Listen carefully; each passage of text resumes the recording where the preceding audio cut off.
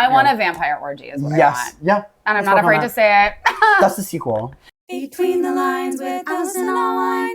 A Sharp. Exclusive. Hello, and welcome to another episode of Between the Lines. I am your host, Allison Allwine, and this week's guest is director, producer, and the founder of A Sharp. A Sharp. Anthony Allocca! Hello. Hello. You guys, this is such a big deal. I'm so excited. I can't even lie. Anthony is the busiest guy, and trying to peg you down, I've been like, it's never going to happen. It might not ever happen. Here we are, kiddos. So let me just dive right in, if that's okay with you. I searched high and low. I research everybody before they come on. This man does not wish to be perceived. I could not find a history of you prior to 2021. I was like, who is he? I need to know. I know you're a Jersey kid. Yes. Born and raised in New Jersey, so I've kind of, New York has been my backyard for the longest time. Yeah. I went to school in Emerson College in Boston, so I had some fun up in Boston, and then Love that. it was a small enough city that you were able to kind of get it under your belt in 4 or 5 years, and I was like, now it's time for the big city. Ooh. And so we came to New York, because also having family so close to home is so nice. So I do love being here and just kind of having the city of theater, nightlife, entertainment so close to home, and can literally hop on a train and be home in 45 minutes to mom and dad. Oh, so, that's so sweet. I'm sure they love that. I was going to say, if you couldn't tell by the last name, yes, Italian. Very Italian. Very family oriented. One of the few pictures I did find is you were, I think this is actually mortifying for me to say. It was 2005 or 2006, and it's a little bitty baby version of you. It's me and mom in the city. Yes. I was a full-grown adult, and you are a baby. I will say, at least I am pre 9/11, so I do think I have that edge on a lot of my Gen Z counterparts. In the sense that I do think there was a sense of being. Because I feel like being a part of Gen Z is so interesting, because I do find myself being on the older side, and I find a lot of younger counterparts, and so especially working through A Sharp and just meeting so many people, I'm I feel like I'm ahead of the curve, but then I'm wait, I'm so behind on all the slang and just being a... You're an old soul trapped in a young body. Exactly. No, I will attest that. I actually had a friend, Anna Jo, who said that she clocked a big difference in the Gen Zers. Mm-hmm. Or sorry, Gen Zers, between the ones that are older versus younger. The older ones have more Gen X parents. Yes, yeah. And elder millennial parents. And then the other ones have the younger millennial parents. And she used to think it was about that pandemic schooling divide. Yes. And then the more she started checking with her friends and the way that they go about life, she was I think it's the divide between the Gen X / elder millennials and the younger millennials that had those kids. So I definitely see a very mature young person in you. I was stunned when I found out that you had founded A Sharp. So I worked with Adam Magnaca. Yes. King. Love. He was the MD for my cabaret, and he pointed me toward A Sharp. He's like, hey, there's a cabaret series that they do. It's kind of a competition thing. I think you'd be really great. And Anthony is a whizkid producer if you want to do another cabaret, because I was telling him how overwhelming it was to do my first cabaret here in the city. And he's like, you should hit Anthony up. He's just this whiz-kid of production. And if you want to just focus on being the talent, that's what I'm here for. Work with him, and he'll do all the busy shit that you don't want to deal with. Mm-hmm. I ended up doing Cabaret Superstar, and that was the first time I really met you. I was like, this is a grown-up. Thank you. And no offense to younger people, but the way the calm with which you handle Thank you. Even crazy situations, the level of organization, you're very well connected for someone so young. Thank you. How did you get this way? I honestly think... So I was an only child growing up as well, and so I think,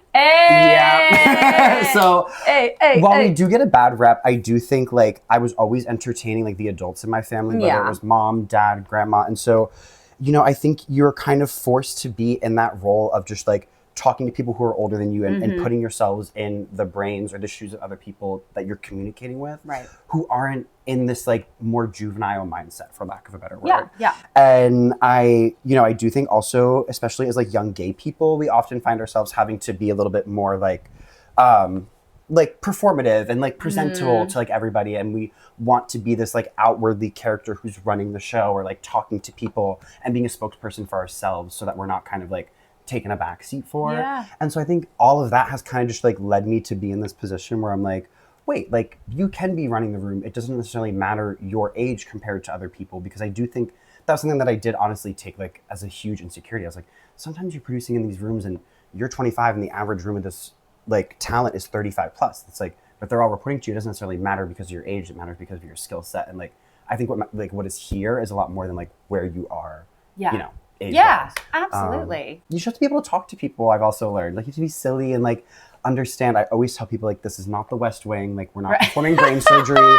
Like the amount of like, oh my gosh, I'm so sorry, I flubbed a lyric or I did this. I was like, we've done 85 shows now with A Sharp. Then I'm like, so many crazier things have happened that I'm like, it doesn't even matter like what goes on that stage. And like, as long as you go out there and you have fun and the audience enjoys what you're giving, like I could care less if you forget a whole verse or if you start your song over. Like it really is just a matter of like getting your reps in and like having fun. Like I think that's what like A Sharp is it's like, we're not necessarily looking for this like huge next major production, but instead we're trying to build community with people who perform and want to do things and just want to be a part of something larger than like hopping into one cabaret and then being like, all right, did that, and now off to Pearl Studios the next day for an audition. Like it's more about like fostering a community and like people that you can plug into and go do your own solo shows with. So, Absolutely. No, I think the community is amazing, and so many people that have done A Sharp stuff, I don't want to say have gone on to do other things because I think they already had other things brewing, but it is your eye for talent and for potential is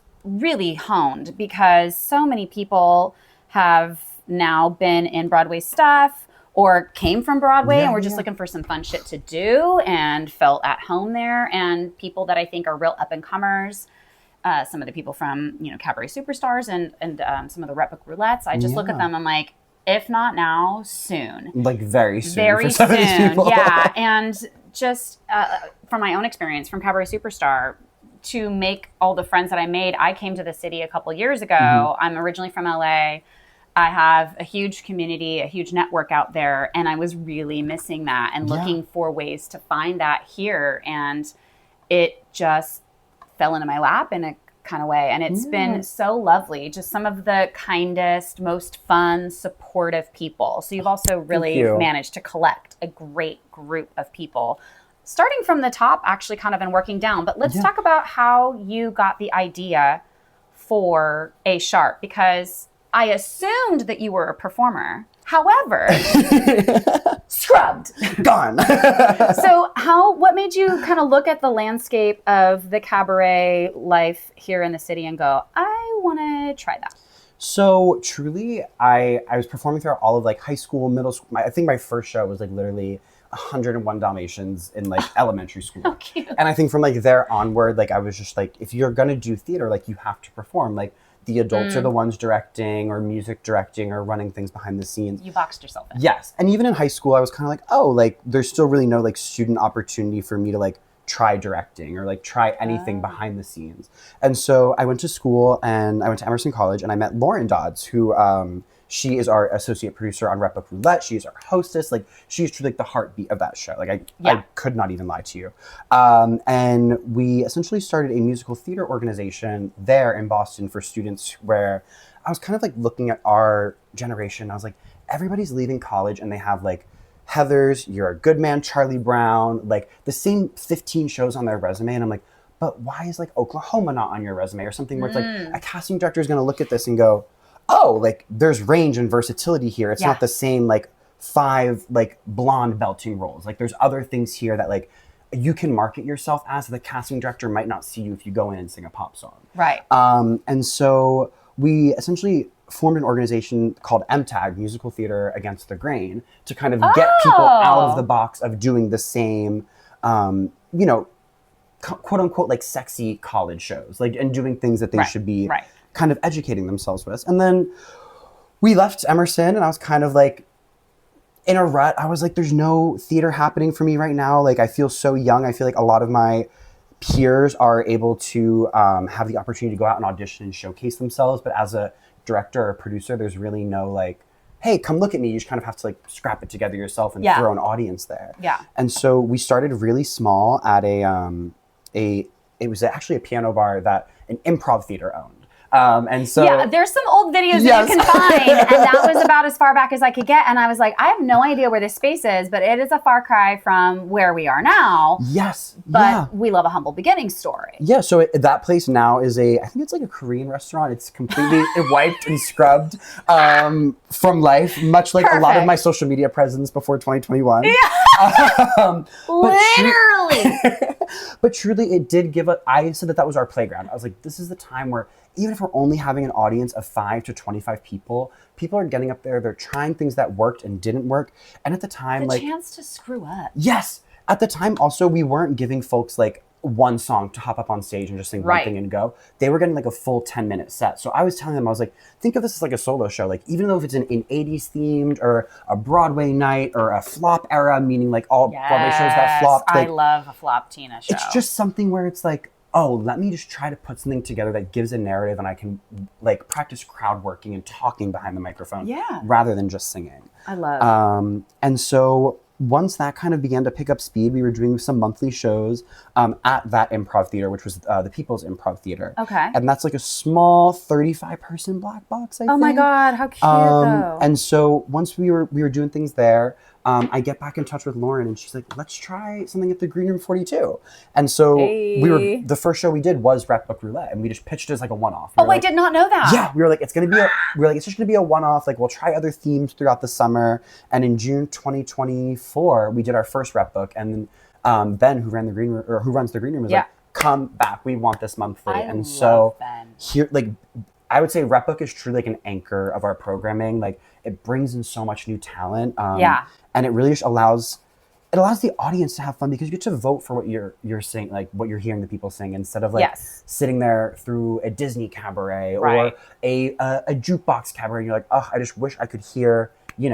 It is so fun too as a performer because so rarely do we get to perform the entirety of a song, especially from our book, right? Yeah. And I did one back in December, and oh my God, I think you guys needed, like, somebody had dropped and you're like, can you jump in? I'm like, yes, but also, oh shit. It's a little scary, I won't lie. I was like, I don't think I know an entire song from my book. Let alone 3. Baby. You can have a 32 bar cut at most. So it was nice to be on my toes a bit, shall I say. And like all of the shows there, they are so fun to participate in. I think the structure that you have in place and the general tone of like, hey, we're not saving lives. Let's just have some fun. It's cabaret. You're not going to get a job off of this. Just go have fun. Go have fun. So often we forget that performing can also be fun and should be. So I love that kind of a core sentiment of the company is like, let's just get together with our friends and have some fun. And that's what I always tell myself and everybody who comes through A Sharp. I'm like, if I'm not able to pay my bills and you can't pay your bills through A Sharp, what else can we pay ourselves with? And often that is literally just like hopping up on stage, getting new footage of yourself performing something, meeting so many new people. Like, quite frankly, all of my friends who I have in New York City are truly over the course of 3 years just working through A Sharp and like getting to hang out with people like Adam or Cullen, our music director, who literally, Cullen did our very first show at that piano bar, has stuck with us through Rep Book, and now is literally holding down just in time, hopping in, conducting, playing keys to Superstar, and then on their off night coming to do Rep Book Roulette. Yeah. Like a rock star too. Like I did not know all of that about Cullen when I went in for my rehearsal and I was like, much like Adam, where I was like, oh, you know what you're doing. Yeah. You know how this needs to run and you run that shit. I was like, I have this, and this. And he was like, good, great, boom, let's go. Done.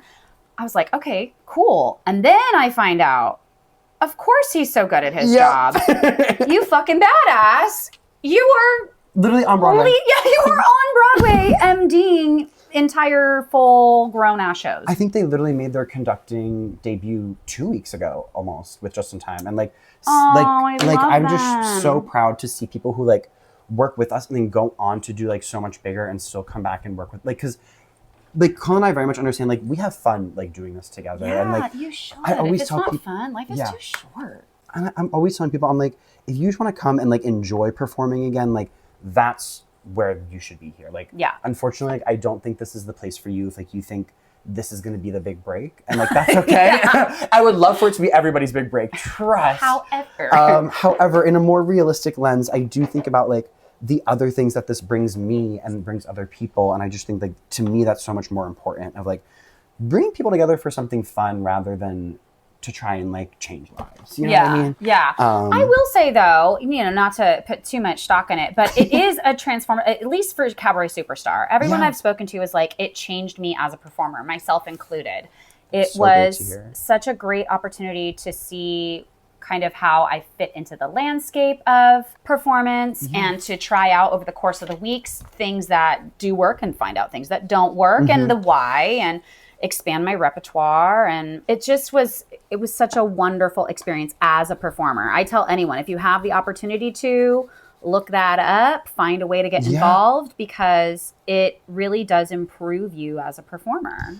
I truly think it's like probably my like favorite child of the group right now to work on this show, especially going on to season 4 this fall. Yeah. I think it's just like we've seen the growth of it, and like we've also grown as well and seen what works for the competition versus what doesn't work. Even just moving from the Green Fig into the Green Room was a huge step. Like, and even just being able to have more like technical elements for these performers and like get to see their vision come through on like the technical side. Yeah. Because I do think like, as the producer and like, one of the judges of this show, we are looking for somebody who has that full package of like, can they talk to a technician and communicate that creative idea to other people? Because you are kind of bringing a full palette to life to bring a solo show to the stage. Like you got to think about costumes, lighting, what do you want the music to sound like? Is this going to sound like the exact Broadway recording that you heard of this song, or are you going to do it stripped back and make it jazzy? Like having that like creative impulse is really what we look for in that season, because or in every season, because I do just think, it's not like The Voice. We're not looking for the most perfect,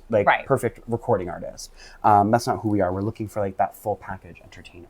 Well, and I think too, as a performer, you don't often have the opportunity to do that. It's such a new world to be in, where it's like, wait, I wouldn't even know where to begin. I can make it jazzy, and Adam was like, what if we slowed this part down and we kind of took it to church a little bit? I was like, okay. And again, growing as a performer, the way like certain kinds of resistance will crop up and you kind of fight against yourself as a performer, and you're like, this might not have been my vision, but and like to learn how to write yourself a permission slip to be truly creative and have complete agency over not just what you perform, but the way you perform it. And it was so amazing, and I loved it so much. Oh, I'm so glad. Yeah.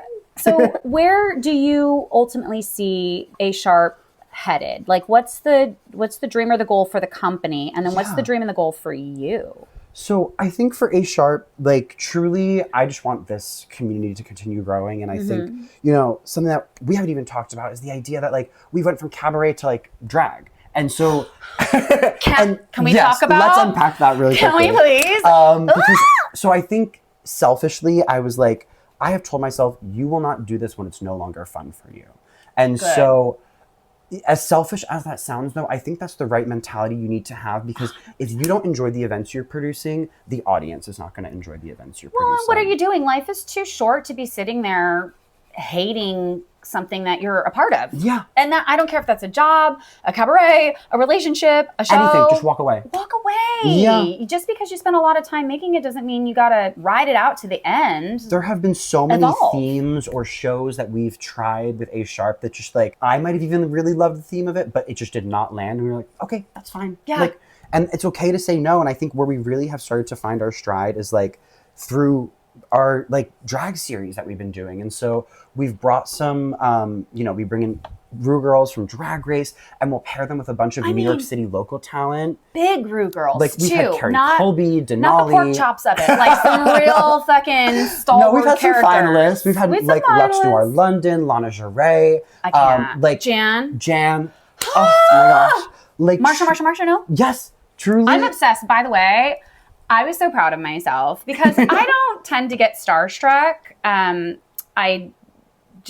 From LA, family and business, I'm like, whatever.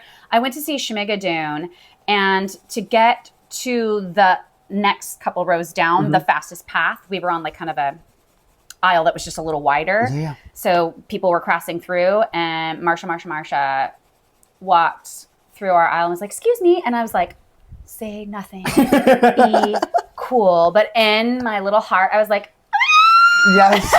And like, honestly, I truly fangirl inside so hard too when I meet them, because like, it is such an interesting experience to go from like watching someone on your television to literally emailing them being like, hey, so what song do you want to do for this Pop Girls night? And then being like, sending the like most sickening like 15 song remix. And I'm like, oh my God. Like I'm dying inside. Wait, let's talk about that. Because I think a lot of actors, at least, very much struggle with the ask. Yeah. And being bold enough to, whether that's to send a thank you note to a casting director or pitch themselves to new agents. And I think it's all kind of the same thing, but at least you have that A# is established and you have a track record and you have proof of concept, as we would say in the reality world. But how do you do those kind of reach outs, and what kind of just sort of like fuck it confidence do you have to have? I mean, honestly, it really goes back to how I started A# of the idea of like, no one is going to give me these opportunities if I don't give them to myself. And I think like, I really just like, have kind of perfected the idea of a cold DM where I'm just like, hi, I'm going to be really honest. I'm a fan of you and your work. I really enjoy X, Y, or Z you've done. Yeah. If it's somebody I've run into before, I do mention that connection as well. Where I'm just like, even if they don't remember me, it's the idea that I remembered them and that I have been thinking about their work. And I just think if you tell somebody that you do just genuinely want to work with them because you aspire to work with them. Yeah. Oftentimes that's enough of an ask for them to be like, okay, yeah, here's my rate. This is what I do. And I would love to be a part of this. And truly, like, that's how we've kind of landed almost all of these Drag Race girls. It's either been through reaching, or even our Broadway talent that's performed for like Rep Book or whatnot. Yeah. Sometimes literally just an Instagram DM being like, hey, like, really love what you're doing in, Smash the Musical or Heathers or this. Like, would you want to come on your off night, which is crazy for these people to do, and perform. And they're like, especially for some of those shows, because they're huge vocal takes that they're doing, and usually that's their recovery day. So for them to be flattered and honored enough to take the day off to rest their little cords in their bodies, it's very humbling in my opinion. And come out and play with us, like what? But it's truly like I always say, if I can do it, I feel like any other performer should be able to do it, because at the end of the day, you're also in that same boat of just like wanting to make a name for yourself and showing these people that you do have the chops. And like, absolutely. Sometimes it really is just like, especially being on the other side of it, sometimes I don't see people until they see me. And they're like, hey, I've seen A# show, I've seen Rep Book Roulette. I'd love to hop in one. And I'm like, oh my God, great. Come on in. Like, I'm always a fan of having literally anybody and everybody in anything we do here.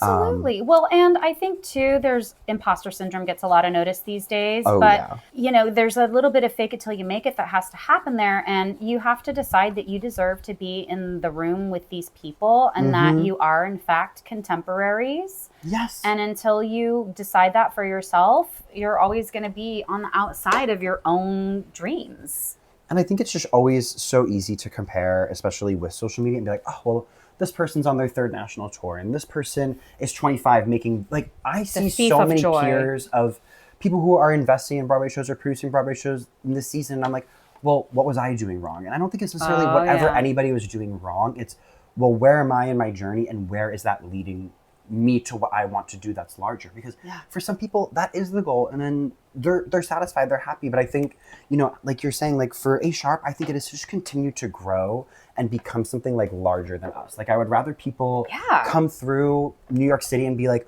well, while I catch this Broadway show and I see Death Becomes Her, like I've got to make sure I see an A# show because, my friend Allison is performing in it or whatever. Like I would rather it just be something that just feels like a place that all performers and creative people can tap into and enjoy. Because I also feel like sometimes when we go to see theater, like sometimes I leave Broadway shows and I feel drained because I'm sitting there like critiquing it the whole time. And I would rather it be something where it's like you can just go enjoy it and it be like silly and fun and be a vacation from sitting there and being like, well, this was the most Tony nominated show of the season. I wonder why they have 12 nominations and this one has 3. Because at the end of the day, like it's so subjective that I think the most important art is the art that fulfills you, because then you see it fulfilling that individual when you're watching it and you're like, oh, they're really enjoying what they're doing. Like, this is great for me, rather than watching that like kind of half empty performance of like, well, here we are at another 60s cabaret and you know, I'm singing, you know, Patsy Cline for the 3rd time. Not Patsy Cline. No, love her down. Love her down, but babe. Ugh. So that's kind of how we wound up with some fabulous drag shows. Yeah. Are we going to keep going that route, you think? Yes. Honestly, I've been having so much fun. We literally just wrapped this weekend. Nick Gaga put together a truly like a live replica of Lady Gaga's Born this week. Yeah, because it's the 15th anniversary. It was the 15th that right? anniversary this weekend. And so truly... Is that rain?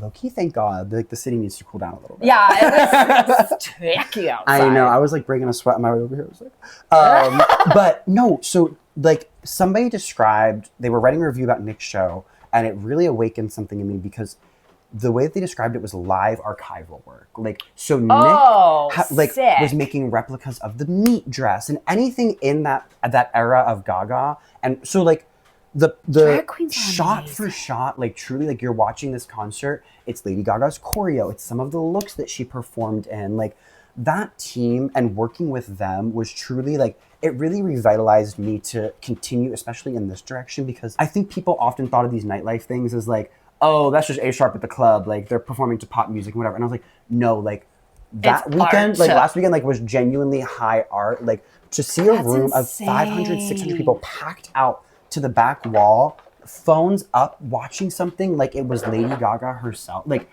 people were genuinely in awe of what Nick put together. And I think it was like, even for me watching it during tech rehearsal, I was like, oh, we've created something much larger than ourselves. And like seeing these opportunities happen, I was like, this is so important, especially like for our community. Like, it's very obvious, like we are tapped into gay culture. Your founder is like one of the biggest gay guys in New York City. Like, so gay. And everything I do, I feel like has a little bit of zest of just keeping it gay or being silly and tongue in cheek. Right. And so, you know, seeing a room full of like queer people or queer allies just enjoying that was also so fulfilling for me, because I think it was just like, oh, we're really reaching people and like tapping into something, making that an means impact. something. You know what I mean? Yeah. Because I think you can't, like I said, you don't have to keep it serious, but you can still make an impact by just doing what you do and being unabashedly who you are as a company and yourself. Well, and you don't have to keep it serious, but like, I think a big thing is to be serious about your art. Like we were saying earlier, you know, if you flub a line or whatever, and whatever, it's cabaret, it's fine. It's how you recover, right? And did you do your due diligence before you got up there? Because it's your ass if you fuck it up, you know what I mean? But like, on the one, it's a balance of like, it's okay, we're not saving lives, but also this is your art. So how serious are you about your art? Like, be committed to what you do and have a good time doing it. And I think I gotta be honest, trekking my cookies out to a $3 bill in Brooklyn, mama's old. It's not for the weak. The party starts at 10, but our show starts at like 11:30. Babe, there's not enough Red Bull vodka in that house. It's even a struggle for me. I think we have to stay there to close out until about like 4:30. And so like in my Uber ride, that is when Jesus on the ride is home, waking up. No, there is no price tag on an Uber at 4:30 in the morning. No, babe. Where I'm just like, they're like $1 million. You're like, yeah, I got it. I'm like, oh, you actually want the keys to my apartment? You want to sleep on my couch? That is fine. Like, please. That is too much. No, I don't blame you. And that's why I think for the youths. We are also, though, looking to expand that into other like avenues of New York City. Like, because I also don't think entertainment is just in Midtown or it's just in Brooklyn. No. I do think like, you know, especially this summer, we're looking at doing things outside or doing things in just unconventional spaces, because I do think it doesn't always have to find yourself in a theater purchasing a ticket or, you know, standing in front of a stage. Like, I do want people to understand that like this can be something that isn't like that transaction of like, I'm here, you're there. It can be in like Like more immersive experiences. Yes, exactly that. We're working on it. Okay. Because I'm used to LA, so WeHo Pride is in June. When is Pride here? July? So it's the last weekend of June is like New York City's like Pride. Like Got it. The gays are in the streets. Like it is crazy. Yeah. Are we doing anything for that? Oh yes. So so we haven't released tickets yet, but by the time this is out, the tickets will be released. So we're gonna say tickets are live. Okay, yeah. And so we're actually partnering with a bar in Williamsburg called Dead Letter Number 9. It's like this sickening, really cool venue. It's like kind of like divey themed with like a bunch of like cutesy like holiday lights. But then there's all these rooms that like there's like a treehouse room and like a camper room. And instead of like the DJ playing music, like it's Brooklyn like is crazy. outdoor like naturescapes. Very Williamsburg, if you ask me. I love. But it's so cool. And so we're bringing our drag parties there for a little bit this summer. That's gonna be so fun. We're doing a Pride kickoff party because Pride weekend starts on Thursday. Okay. And so the theme is Bring Your Love, of course, Miss Madonna and Sabrina Carpenter. Yes. It's definitely the Pride anthem of this season, so we're like, we need to tap into that. Absolutely. Way to ride the wave. Exactly. So that is our big Pride moment this summer. We're like, we're going to kick off Pride. Okay, good. I was like, we can't not. And then I will be having fun the rest of Pride. I'll be going to events. He's like, don't call, don't text. Exactly. If you see me in these streets, no, you didn't. Find My Friends will be off. He is gone to the wind. Okay, so since you used to be a performer, were you a singer or an actor? I was a singer, so everything I did was truly a musical. When are you gonna get out there? So he said never. Never. The one thing I'm breaking my true like Celine Dion like farewell tour for is we're doing the Sharpies is in 2 weeks, which is crazy. I'm dying to talk about this. And so I was like, you know what? I will throw my hat in and I will host this along with a good friend of mine. There will be no singing. There might be speaking in tune. Like, you know when the music notes have like the little X? You fucking tease. I really thought you were going to say, and I was singing, and then you said no singing, and now get out of my house. Yes, I hate to disappoint. There will be not by me, but we will be bringing back some of our biggest Slay nominees to sing some fierce numbers. So how did we come to the Sharpie Awards? Because I think it's so fun. Yes. And A-Sharp has been around for how many years now? This November will be our like 3rd birthday. So Terrible 2s are almost over. Perfect. Okay, so 3 years in, and we're doing the Sharpie Awards. Tell the kids at home a little bit about that. As gay guys often consume too much media, I mean, listen, the cabaret superstar and the drag parties came from watching like Drag Race and The Voice. Like, let's be honest with ourselves. And then we were watching the Las Culturistas Culture Awards, and I was like, oh my God, like this is so, and it's just like, it's simply for the sake of having fun. And I feel like that is the heart of who we are. And we were like, we should do that for the Sharpie, or for A-Sharp, but blend it in with like true, serious, like, we love having this individual around, or we love these performances that have happened. Because I think like, you know, everything is a big deal in New York City. Moving here, surviving here. But like, I think going on 3 years, like we were like, this is big. Like we're not going anywhere anymore. We're much like the cockroaches in some of y'all's apartments. Like it is an infestation. And so I was like, I think we do need to celebrate this. And my friends were like, well, what if you don't do the Sharpies ever again? I was like, well, it's the first annual, baby. Like, that's okay. That's okay. And if we never do it again, then exactly, we threw it to the wall. But like, this is going to be so much fun because I truly think like we are looking at ourselves in a way of like having just like a look back down memory lane and being like, this was crazy, y'all. Like, let's soak this in for a second. And so cute. When are the Sharpie Awards? So they're June 14th. Okay. Our pink carpet begins at 4 p.m. So there's a 4 p.m. to 6 p.m. happy hour at Verse Bar in Hell's Kitchen. Oh, it's such a great venue. Perfect. Such a great venue for this event. And actually also founded by an Emerson alumni. So we are everywhere. I did not know that. Yeah. Okay, come through, Emerson. So I was like, we got to keep our girls in business. Yeah. So the show will begin at 6. Knowing A-Sharp, it'll begin more so at like 6:15, so you got some time. But truly, do come through for the pink carpet. We have a pink carpet attendant. Miss Julia Needman is going to be doing some interviews on the pink carpet. Oh, we're having our big one with this. Baby. You said if it is the first and last. Yes. Babe, we're going to make our mark. It's up to you to make it to the second. That's so right. We need all y'all out there. And it's completely free is what I love. It's just like, it's a moment for us to all have fun.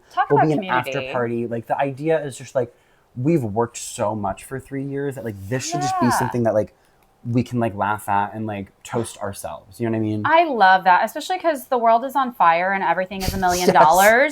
So to have a free event to just come out and kiki, like that is. Or like this is community. Even like the perfect event, just like come, like you haven't met us yet, like consider this like our open house. Like come meet our people. I love that. You know, everybody who's in the community and like see some of the performers that we have and be like, oh damn, she's fierce. I want to perform on the stage with her. Yes. Kind of See thing. if you want to jump in. If you're the type of person that likes to dip their toe in the water first, then come out to the Sharpies. I'm going to put the link for the Sharpie stuff here. So if you're like, I didn't write it down, don't worry. It's coming at you. I got you.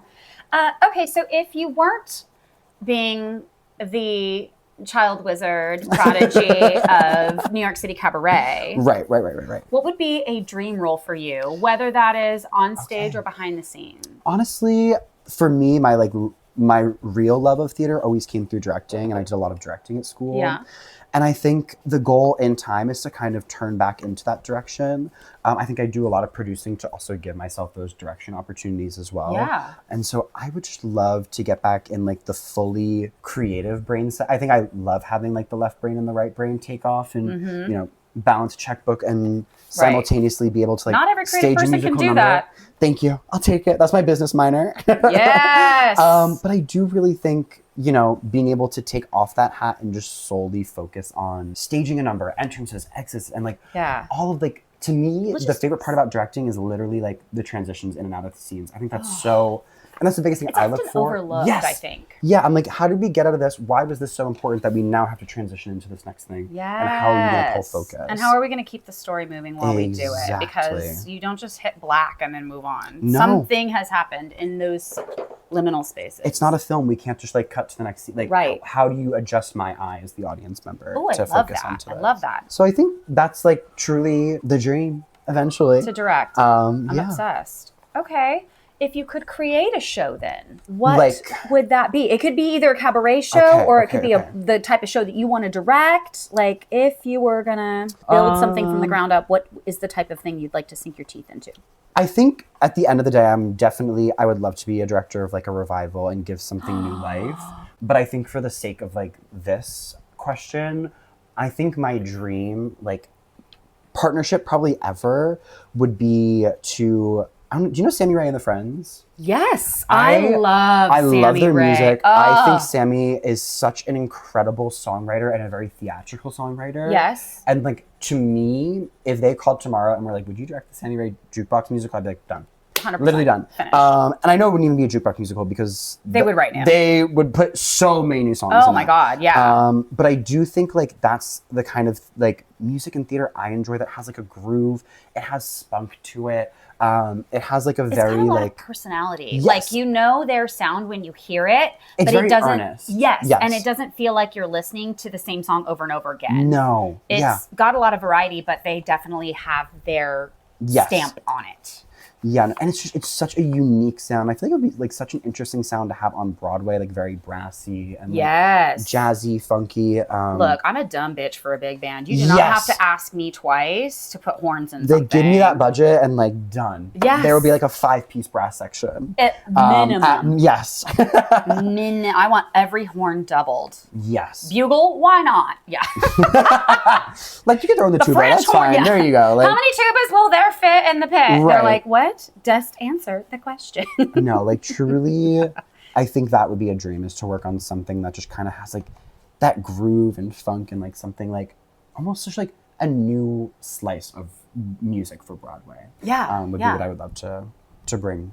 It doesn't have to be Broadway. I think we always like are like, well, Broadway's that's the last, the finish line. That's like, the brass ring. Yeah. You did the 5K, you did the half marathon, and Broadway's the marathon. It's like, well, no. Like I do think like you don't have to work to that goal and then die there. There is other things along the way. Like maybe it is just a huge regional production, or it is, you know, directing a national tour and creatively sharing something that you're just passionate about. I think like for me, it's like working on a project that fuels me more than it is like where is it? Like if it's Yeah. Broadway, the West End, or a big city, like it's what that project is for me, I think. Well, I think too that if you aren't willing to indulge yourself in anything that isn't Broadway, then you're really going to hate the process of getting to Broadway, because it's a million little steps in places where no one's listening, or it's 500 readings for producers, or it's this little, I mean, I think of like Hadestown. Yes. And How long? forever to get that to stage, and so many readings and so many workshops and so many this and that.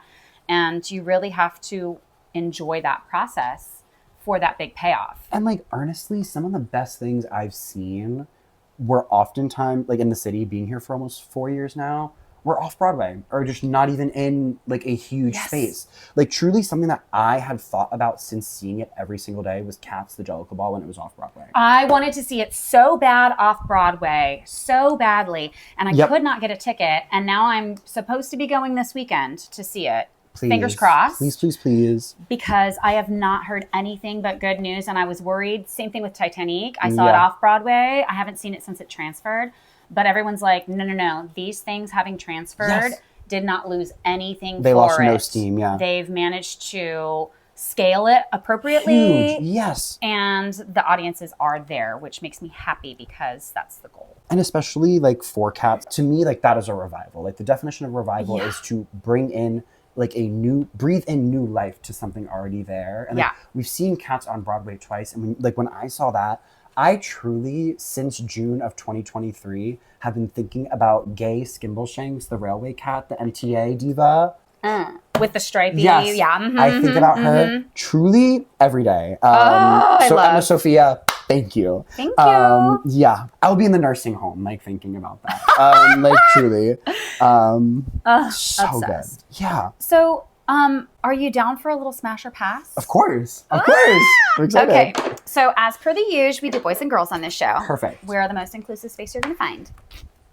Okay. So. All right, I'm ready. Hedwig and the Angry Inch, smash or pass?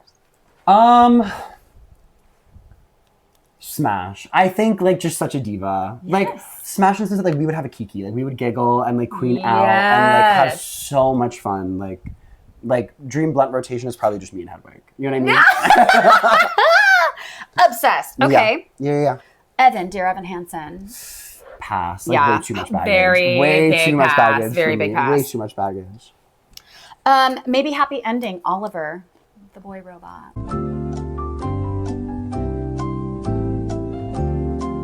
Smash when appropriately cast. And that's what I'll say on that. And if you don't know, you don't know. DM me. Yeah. Okay. Two strangers carry cake across New York. Dougal, smash or pass? I love him. I love a little idiot. Smash. Yeah. Smash. Baker's Wife from Into the Woods, smash or pass? Pass. I don't blame you. What about The Witch? I'm also, honestly, my secret is that I think Into the Woods is my least favorite Sondheim show. Which I know is like so many Sondheim lovers like favorite like Bible. People are like, no, like. I just think there's so much better out there. It's like What is your favorite? Do you have a favorite? I do think my favorite, I would have to say Company. I do just think it's such a beautiful show. That or Sweeney Todd. Those two. Really? Yeah. I don't like Sweeney Todd that much. Really? Yeah. Oh, I love it. It's long. Especially the revival, Annalee Ashford. That is mother to me right there. All right, I'll give you that one. Have you seen Schmigadoon? I have not. Okay. Have you seen Lost Boys? Mm-hmm. Gay. Yes. Gay yearning. Gay yearning. So good. Gay yearning. We need sapphic yearning, but until then, I'll take gay yearning. Okay, Michael, the older son of Shoshana Bean's character. Oh, smash. Okay. Yeah. A pain in the ass, but smash. David, the blonde main vampire guy. Smash. Yeah. Double smash. Eiffel Tower. Yeah. No, like literally. Yeah. How do I get an orgy with all the vampires, actually? Okay, what about Star, the girl half vampire lady? Oh my god, also smash. Yeah, I think I just want I want a vampire orgy is what I want. Yeah. And I'm not afraid to say it. That's the sequel. Because I don't want to like spoil anything, but like did you see it yet? I did. You know how there's like a little if you think you're done at the bows, just sit down. Just sit back down. Yeah, I was like, wait, there's more. I feel like there's more. Oh God, I hope there is. Right? Like there's never been like a musical sequel like that. No. Also, I like that it's like a little bit creepy because I've been waiting for a good creepy thing to come to Broadway. Yeah. Also, when they told me the vampires were going to be flying, I was like, oh God, it's Spider-Man Turn Off the Dark again. What a mess. Tasteful flying, but also, you can barely, if you have to look to see those wires. You have to be looking specifically for them in the right light, at the right angle, at the right time. And you know me, I'm sitting there, I'm like with my notepad, I'm like, all right, what are they going to find I was looking because I was like, Spider-Man Turn Off the Dark and like, not even once did I clock like a little like hooking action. No. Like, I mean, I was like, y'all really thought about this? Here's the thing. Look, the Tonys are upon us. I think I'm not going to speak my opinions or thoughts on any of the who's going to win for best this or that. But when it comes to technicals, I think they're going to take it for scene or set design. Set design. I was like, thank you. Lighting design, sound design, the way they had the vampires' laughter everywhere around you. Sick. It was sick. Yeah.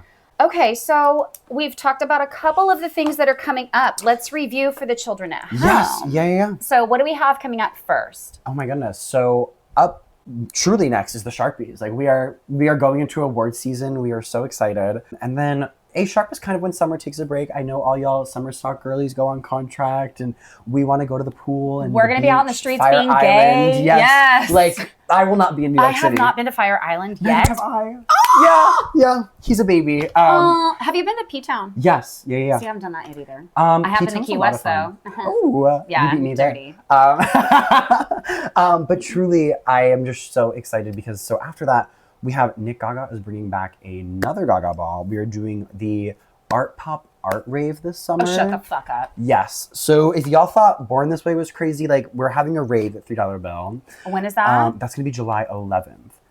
So we have the Sharpies on June 14th. We have the Pride. Yes. Oh, we got a Pride party on June 25th, Thursday, June 25th. Bring your love.